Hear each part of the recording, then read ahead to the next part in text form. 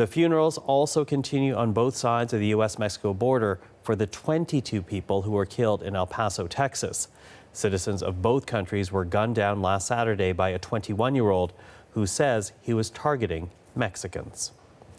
Well, we're now joined by a man who is dealing with his own grief and loss. Andrew Torres lost 2 family members who were killed in the El Paso shooting, and his father was working in the mall where the gunman opened fire at the time. Andrew Torres joins us right now in El Paso, Texas. So, Andrew, thank you for joining us, and first and foremost, our condolence for your loss. Thank you. Now, I understand that in a few hours you'll be attending the funeral of your father's cousin, rather. 1 week in, I wonder, what are your thoughts and emotions? What's going through your mind 7 days after this horrific shooting? I'll be completely honest. Every time that I hear it on the news, every single time that I hear it being reminded to my city, to myself, it hits me and it makes my heart race. It makes me feel all sorts of emotions. It makes me think of the people that are grieving, the people that are truly mourning their loss. My cousin, my father's cousin, this woman was a beloved member of her community. She was a grandmother. Like many of the people who were victims in this mass shooting, they were grandparents. So for us, it's very, very shocking. It's to me, it feels as though it was still just yesterday. I know that many people here in my city are trying to put on a brave face and stand with the El Paso Strong movement. But for those that are very close to the story, it really is it's something that just feels very, very surreal still. A very difficult moment. In fact, you've said it and others have said it when they describe the mass shooting of last weekend. They have called this, members of the Mexican-American community, they have called it a, quote, R9/11 attack. Can you explain what that means? This means that it was a domestic terrorist attack. And I wish that I didn't have to say that. But I have asked the brother of the victim, I've asked my other cousin, I've asked these family members what they think this really is, and that's just the reality, is that we are suffering from domestic terrorism here in our country. It's not being treated as seriously as terrorism that is enacted from people that are outside of our country, that are anything else other than a white male. And it seems to us that we are missing any sort of action here. We feel as though our legislators are not acting as promptly as they should. We believe that there should be laws that are passed, as well as a swift change of narrative throughout this country in order to see any real results of change. And do you think it's not being labeled domestic terrorism? And I know you said, but I want to be very clear about this. You think the only reason why it is not being labeled domestic terrorism is because the perpetrator in this case is a white man? Sadly, once again, I wish this wasn't the case, but this is the case, yes. As far as our representatives and Congress members, Alexandria Ocasio-Cortez is one of them who has, very blatantly asked this question and has pushed our intelligence agencies and asked them, why aren't these cases treated this way? And I feel like this is the questioning that needs to keep happening.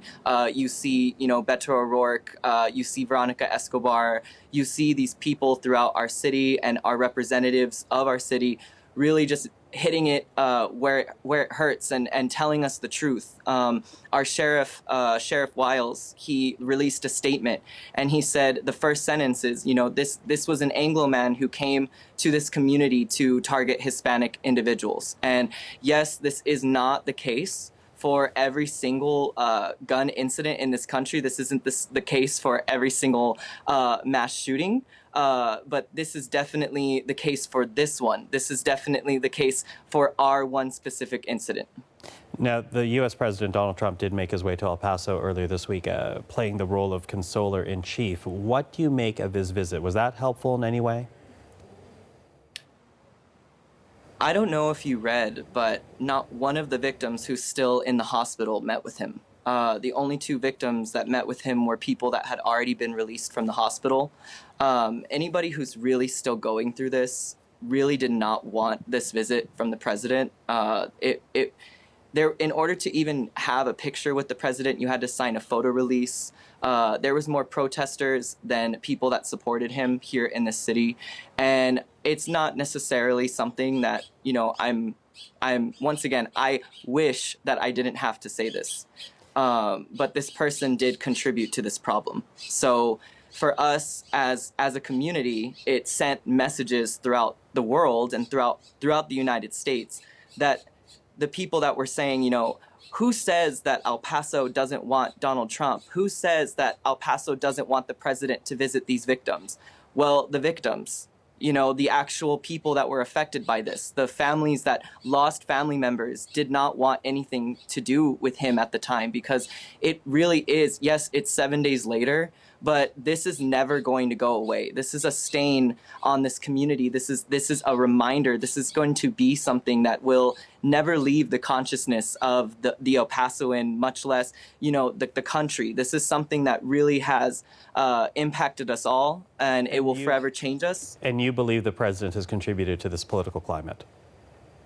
Once again, sadly, I wish that I did not have to say this, but it seems as though his rallies, and it seems as though these safe spaces for the supporters of this individual, the most supportive people of his campaign, are full of hateful rhetoric most of the time. And there's a political cartoon going around where it's you know, it's Donald Trump, and he's saying that he condones these words, he condones this behavior, except at his rallies. And it's really at these places where you get to hear people saying, you know, the most vile and grotesque things that really, you know, are the fuel. They are the fuel of this action. It's not the only cause, and I will not say that he is the person that, you know, told this person to do this, but it is a part of the fire. It's as if, you know, they're the logs, they're the fuel that are being put into the fire. They're not the fire itself.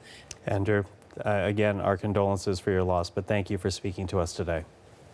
Thank you so much, and have a beautiful day. That is Andrew Torres in El Paso, Texas.